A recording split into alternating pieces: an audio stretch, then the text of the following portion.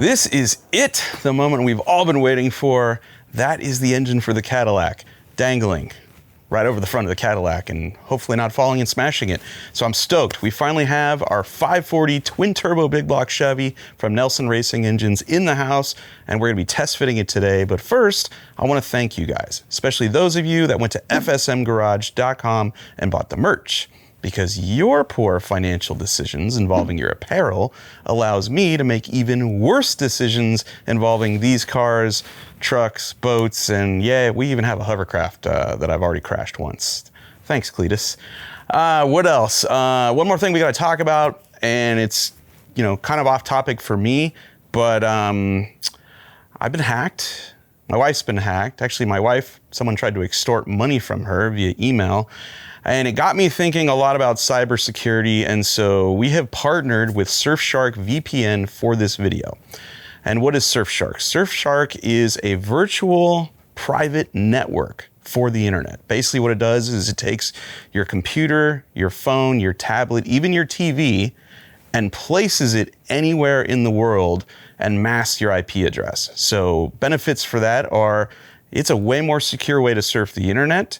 It protects your photos, your videos, your data. The other thing it does is it allows you to watch content you normally couldn't see. And right now I'm looking at everyone outside of North America who's trying to watch Roadkill. Yeah, you could do it if you had Surfshark. It's super easy. You download it, you open the app, click it a couple times, and you could be surfing the entire internet safely, and you could be seeing content that you might be missing. Let's just say you don't like the Netflix playlist in Canada. Well, send your computer to Fiji and watch it from there, because maybe they're getting stuff you're not seeing in Canada. It is so easy to make this happen, and it's ridiculously safe. And right now, if you go to surfshark.deals/Finnegan, you're gonna get 83% off. You're gonna get 3 months free. You're gonna get 30 days to try this, and if you don't like it, they'll send your money back. Trust me, it has changed our lives. You're gonna feel a lot better about surfing the internet, transferring data, all the things you're doing, you know, on your PC, your laptop, even your TV. It's all good with Surfshark. Let's put that in there before it falls, right? In order to work on the car, we need it further off the ground, like to make motor mounts and stuff. So as you can see, the downside of working in a cave or a basement is my AC ducting is in the way. So we had to lower the car down off the race ramps to get the motor over the core support. Now we got to get the car jacked back up to get it back on the race ramp so we can actually work under the car. So right now, Dave is under the car, moving the floor jack a ½ inch at a time while I'm lifting the engine a ½ inch at a time, and it's a concert. It's a symphony of harmony, of motion. So we'll get that up, and then we'll get a better look at, you know, what we have to work with here. Okay, so that valve cover is really close to that factory Cadillac numbers matching wiper motor that does not work. And I don't want to alter the firewall or anything on it because it's just a can of worms under the dash. So that thing's gonna stay. We're gonna get a replacement or rebuild it, but that's gonna stay there. The engine looks like it's gonna fit great under the hood and the whole thing. Right now, what we're gonna do is Dave is going to jack up the car while I lift the motor so that we maintain our teeny tiny gap between wiper motor and valve cover while getting the car far enough off the ground to put it back on the race ramps. Ready? Yep. Go. Okay, car's going up, engine's going up. Car's going up, engine's going up. Car's going up, engine's going up. So we're trying to keep the rack away from the pulley and the valve cover away from the wiper motor. And it'll be here a little while.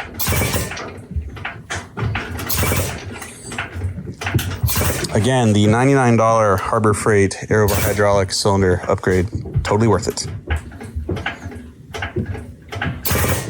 It'd be pretty nice to do that to the floor jack. Yeah, I don't think they have a floor jack upgrade. You're doing good, like 12, 13 more inches, which is about 300 pumps. You'll be there. and kid-friendly show. So I meant what I said in terms of working the tools, not the other thing that could be insinuated by what I said, okay?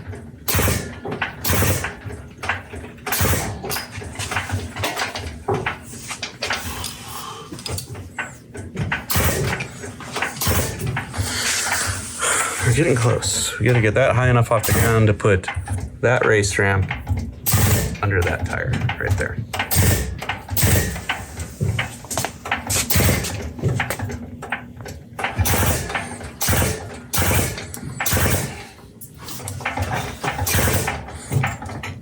David Williams, when you woke up this morning, did you think this is what you'd be doing? Can't say that I did. Are you disappointed or excited about what's happening right now? This specifically, or what this is leading to? Yeah, any part of the whole process.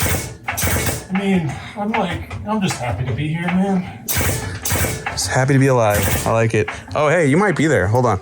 I was gonna say. You might have done the job there, brother. Let's find out.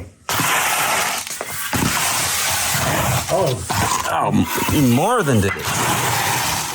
We're cheating over here. Nice. All right, and now. Now we do the concert in reverse. Yep, same thing, but in reverse. So do you start or do I? You go ahead. Okay. And I will move with you. This is the real art, lowering a Harbor Freight jack slowly. Yeah.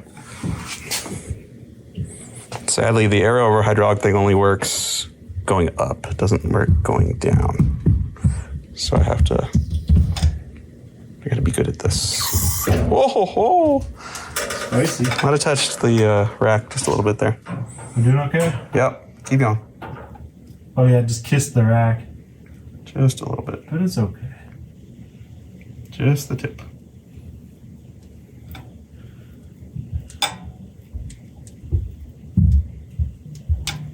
Looking good. Feeling good. So I have no prep suspension travel, man. All the travel on the front end of this car. Yes. Probably because the control arms are really, really long. Alright, we're almost there. Alright, I'm off.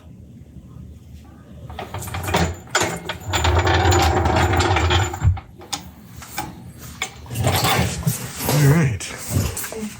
We now have our stance again, which is exciting. Oh man, this looks good.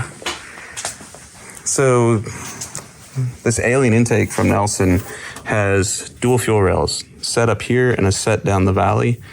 And it is possible that this would clear the hood. We don't necessarily need both sets for what we're doing, and they do make a flat top, which we might end up running. But once we put some angle on the engine and dip it down, those rails might clear the hood because the engine's not all the way down right now. But you guys can see how much better this whole thing fits the car than the 711 did. The 711, the cylinder heads landed on top of the control arms. It's just that's the difference between a standard deck height big block Chevy, which is 9.8 inches tall, and an 11-inch deck height Sonny Leonard Chevy Hemi, which the heads are this wide and the heads are up here, and it just doesn't fit. The only way to make the Sonny Leonard motor work in here would be to cut the whole front clip off and convert it to struts and have the struts come way out here off of a roll cage. And I just wasn't willing to do that. Not when there was a Corvette, perfectly good car in the basement of my neighbor's house that, oddly enough, will swallow the Hemi, even though the Caddy wouldn't. All right, this is really cool, but I gotta go to my kids' basketball practice, so I'll pick up tomorrow. All right, let's talk about this project, the goals for it. I bought this 1961 Cadillac Coupe DeVille out of an airplane hangar during a roadkill shoot in California. Had 46,000 original miles, 0 rust, 1 bad repaint. Like you can see the paint is just peeling off this car because whoever painted it didn't prep it very well. Like the primer under the paint is shiny. So it's no surprise the paint didn't stick to it. I don't care about any of that. I wanted a 1961 Cadillac Coupe DeVille because I love the taillights. 2-door caddies look awesome when they're lowered. And I thought, if I build a Cadillac, there ought to be enough room for me and my friends to go to a drag and drive event like Hot Rod Drag Week. And so this vision in my mind of a big tire Cadillac with weld beadlocks on it and skinny fronts, just, I couldn't get it out of my head. So I found the car. I took it to MRC Fab in Kernersville, North Carolina.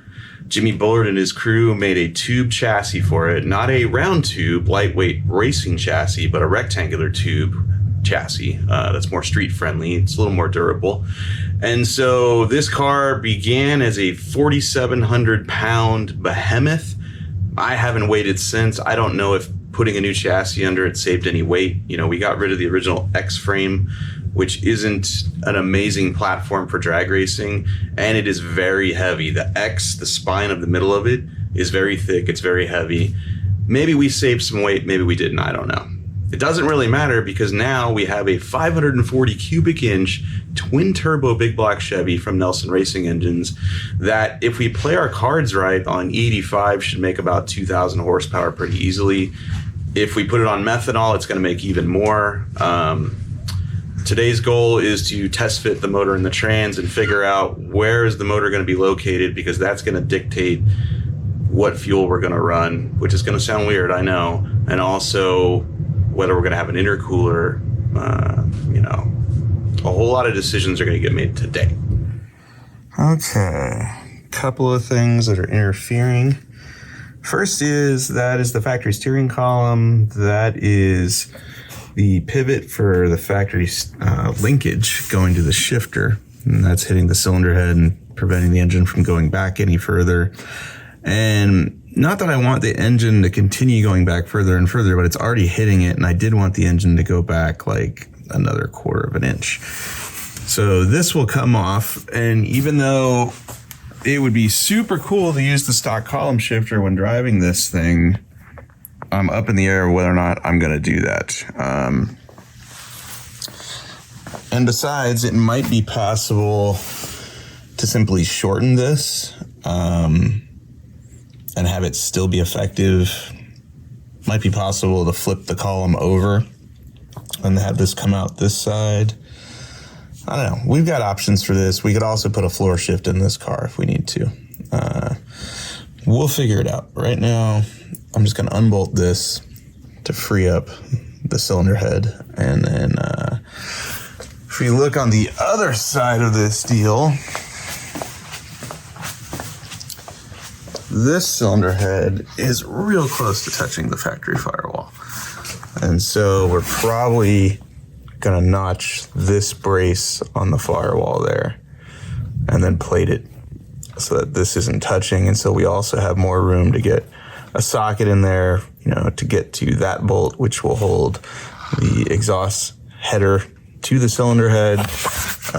Beyond that, there's a pretty good amount of clearance behind the intake manifold, which is good because there's fittings that are going to come off the back of that plenum. Yeah, it's in pretty good shape. We have lots of room for our dry sump oil pump, which is good because this needs to move out and away, because right now it's in the way of the water pump bung right there. That's never going to work, so this needs to move. And yeah, the next thing is to put a mid plate behind the back of the engine block, bolt our mock-up transmission case to the mid plate, bolt the back of our transmission to the cross member under the car, because that will then locate everything forward and backwards. And then we can start eyeballing motor mount setup using the factory holes in the side of the block and extending over to this frame rail. So next thing, get that transmission bolted to the back of this block. I need to rob the dowels out of the back of the Sonny Leonard motor.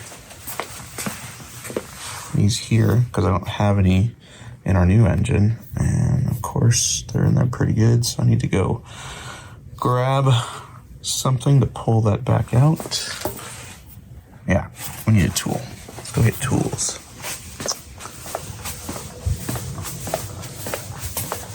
And this area is a mess, but this area is not a mess because we are totally reorganized. And I gotta be honest, I don't know where all the tools are. This is the fab room, so in both of these Snap-on Epic boxes are fab tools for making things. The mechanic tools are in this box, and it's fairly well organized, and I have no idea where anything is. Okay, that's wrenches. Got those open nice. Look, and they close by themselves. All right, where do we keep channel locks or vice grips? Oh, there we go. There we go. We want the round jaws because those are less likely to ruin things. That'll work. That'll work. Let's go get our dowels. Here's our empty transmission case. There is our transmission crossmember. There is the back of the engine. So what we're gonna do right now is get the case on top of the tranny jack. We're gonna marry the rear of the case to that crossmember right there.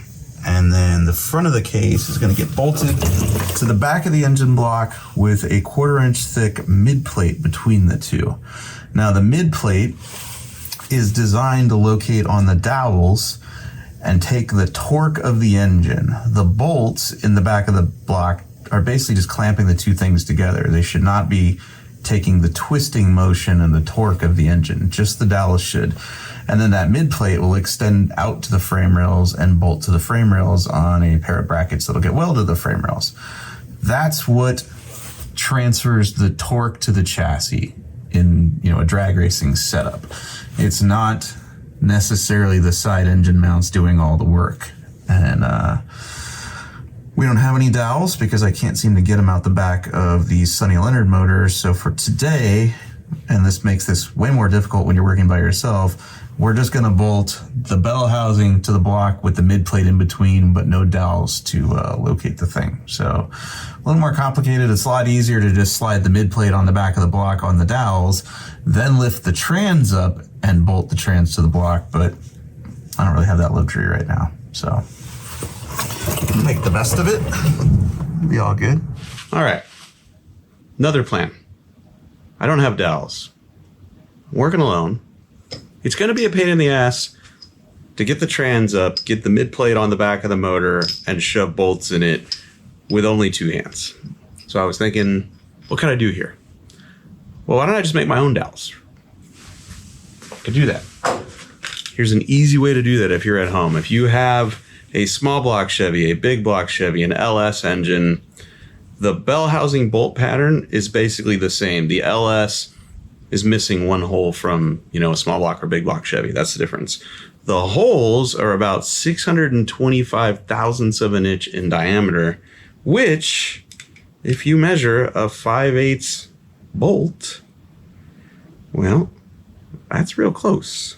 The shank of this bolt is real close to the same diameter as the dowels. Now, this might not have the same strength as a dowel, but for what I'm doing, mocking things up, this is gonna work just fine. So what I'm gonna do is cut the head off, chamfer the end of it, see if it'll go in the hole. If it won't, I think I have to take maybe 2 thousandths of an inch off of this to get it to go in there.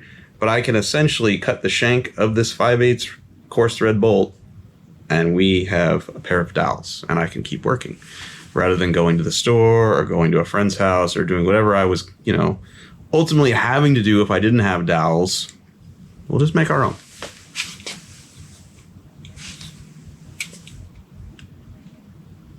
Oh yeah, that should work. Number of ways to cut this off. You can put it in a vise, cut the head off with a death wheel. You could cut it with a vertical bandsaw. You could chuck it up in a lathe. I think I'm just gonna death wheel it. It's quick, it's easy, it's dangerous. I like to party. Let's do it that way. So our holes are about 615 thousandths of an inch, which is less than 5/8. Our dowels are about 624 thousandths. So we're about 10 thousandths too big. So we need to put this in the lathe and take some material off here. This is why stuff takes so long. Okay, here's the finish after being cut with a death wheel. Not great. Let's see if we can make it better.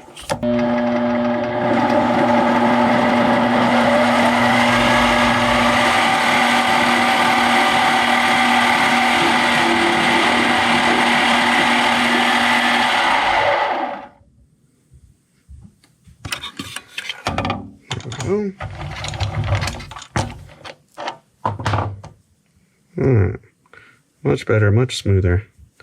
Let's fix this end. Here are our dowels. Let's see if they fit. And as I suspected, the OD of the dowel is a little bit too big. Not wanting to go in that hole. So we'll turn it down just a hair in the lathe. It needs like 2/1000ths knocked off, and then it'll be good. Also, this is brand new dart block, and that hole could stand to be chamfered also. Make sure that's 0. How big is our hole?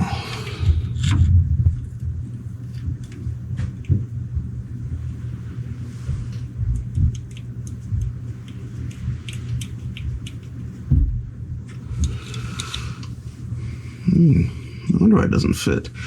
That says 612/1000ths, which is much smaller than that other block was. Let's double check. Yep, about 615, which means our dowels are about 10/1000ths too big, not 2/1000ths. All right, let's go trim those.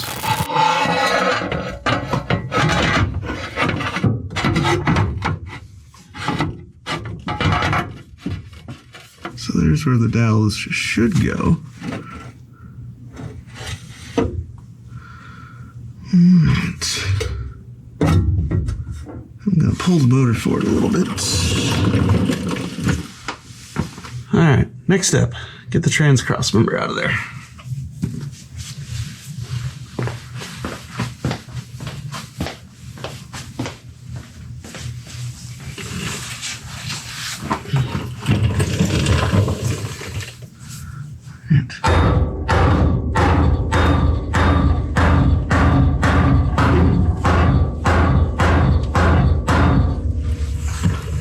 That is a tight fit. So close. Wow. Okay. Now, trans goes on trans jack. Hopefully there's enough height in here to fit it.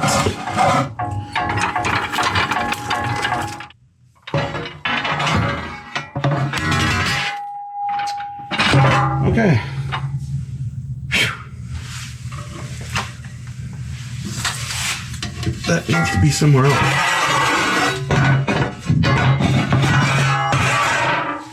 It looks like we've lost our light, but oh well, I'm not crawling out of here again. So, whoops, we go too far? Yes, we did. Yes, we did. Okay, so right there. Now we gotta get the mid plate back up there, and the trans up there, and the bolts in with no dowels, because I gave up on my dowel project when I discovered all the tooling for my mini lathe was wore out, and I couldn't take any material off those dowels. Whew, good times, I'll tell you. And this mid plate is built for a tube chassis car, and so it's got this and this for the main tube frame rails of a tube chassis car. That's going to get modified for my car, but it should be in the ballpark of what I need. All right, here we go. Oh, I think I got one. Did I? It's hard to tell. I think I might have, but it's hard to tell. Come on, baby. No, I think I'm in the dowel hole.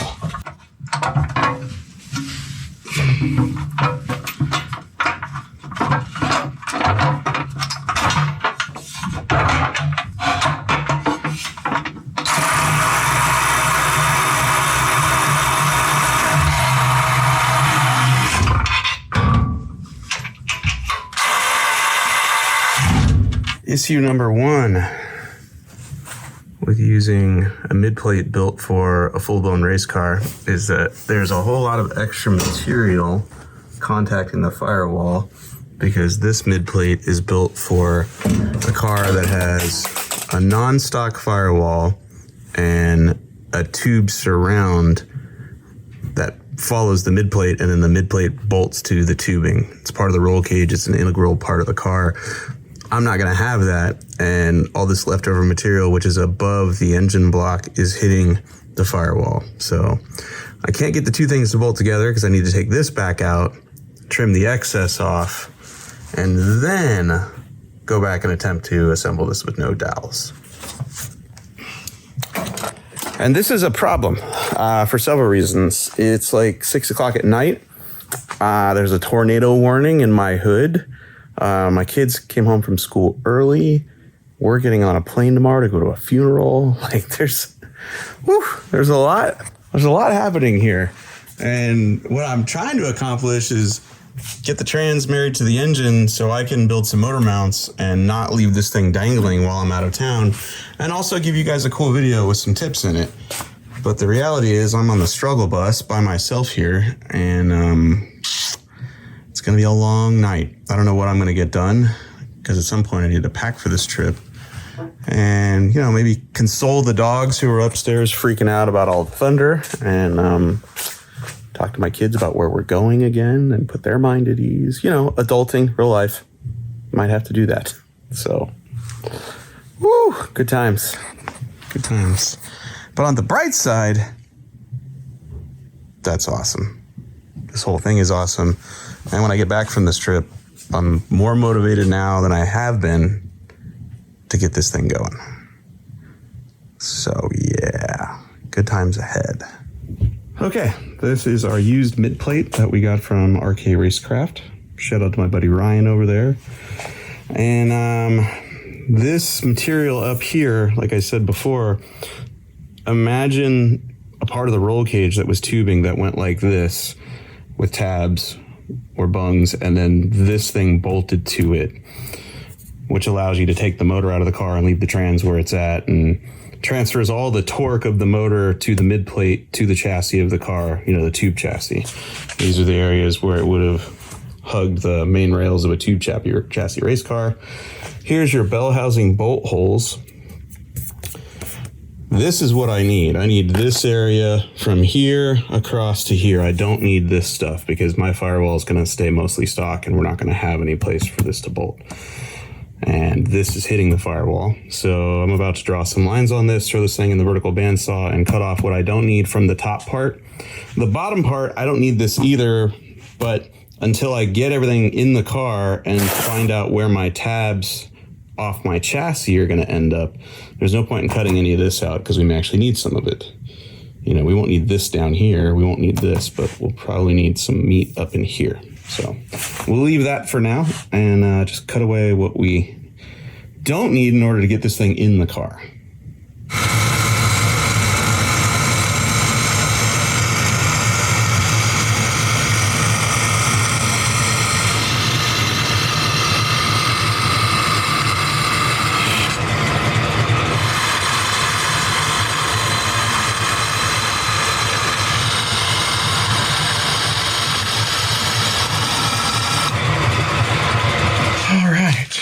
This is an energy suspension polyurethane transmission mount. It is fairly rigid while also being slightly pliable. I know that doesn't sound right, but it is. It's stronger than regular old rubber, and so there'll be less deflection in this, but it's obviously softer than hard mounting the transmission. If this was a full-blown race car and that's all we're doing, hard mount the transmission, especially since it's got a mid-plate anyway. But this car's already set up from MRC Fab with a trans mount for this type of isolator. So we're going to keep going with this. Interesting story for you guys. Asian from Street Outlaws. Do you want to know how I met that dude? Long time ago, like in the early 2000s, I met that guy because he was one of the guys you would call up at Energy Suspension to get bushings for your magazine article project car. And that's how I met that guy. And it's pretty cool. Like, this industry is so small. Actually, the whole planet is small. Like, when you really think about it, like, we're all connected somehow, whether it's polyurethane or cars or steel or blood or whatever it is. I don't know. I'm getting deep here, but yeah, it's a small world. That's what I'm saying. Small world. All right. Here's the back of our Gearstar Turbo 400. This is, you know, as I said before, an empty case with a pan and a Reed SFI approved racing case on it.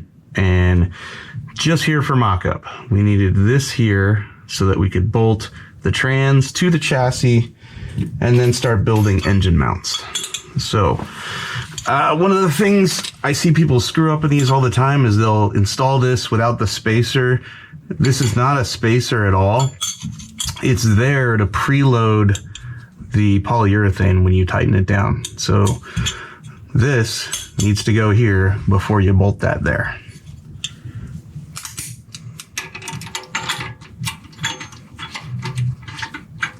All right, now we'll get our cross member, bolt our cross member in here, and keep on trucking.